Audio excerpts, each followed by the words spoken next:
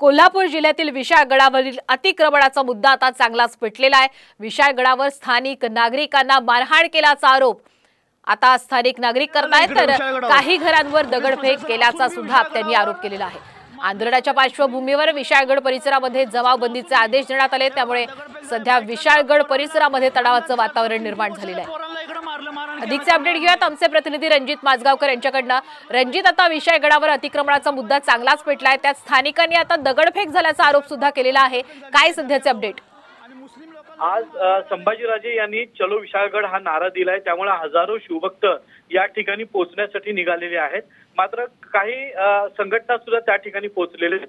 विशाळगडावर जे स्थानिक नागरिक आहेत, दोन्ही समाजाचे जे नागरिक आहेत, यांना जो तुफान मारहाण झालेली आहे, त्यांच्या घरांवर दगड आणि विटांचा वर्षाव करण्यात आलेला आहे।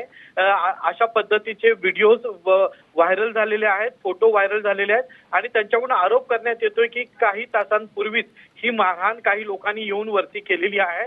या ठिकाणी जमावबंदी आहे, मात्र पुरेसा पोलीस बंदोबस्त त्या ठिकाणी तैनात नसल्याचा फायदा घेत काही तरुणांनी या स्थानिक नागरिकांना मोठी मारहाण केलेली आहे। आपण दृश्यांच्या माध्यमातून किंवा फोटोच्या माध्यमातून बघतो, अनेक लोक जखमी झालेली आहेत, महिलांना मारहाण झालेली आहे, तसंच त्यांच्या घरांवर तुफान दगडफेक आणि विटांचा वर्षाव केलेला आहे। त्यामुळे विशाळगड गडावर तणावपूर्ण वातावरण सध्या निर्माण झालेलं आहे।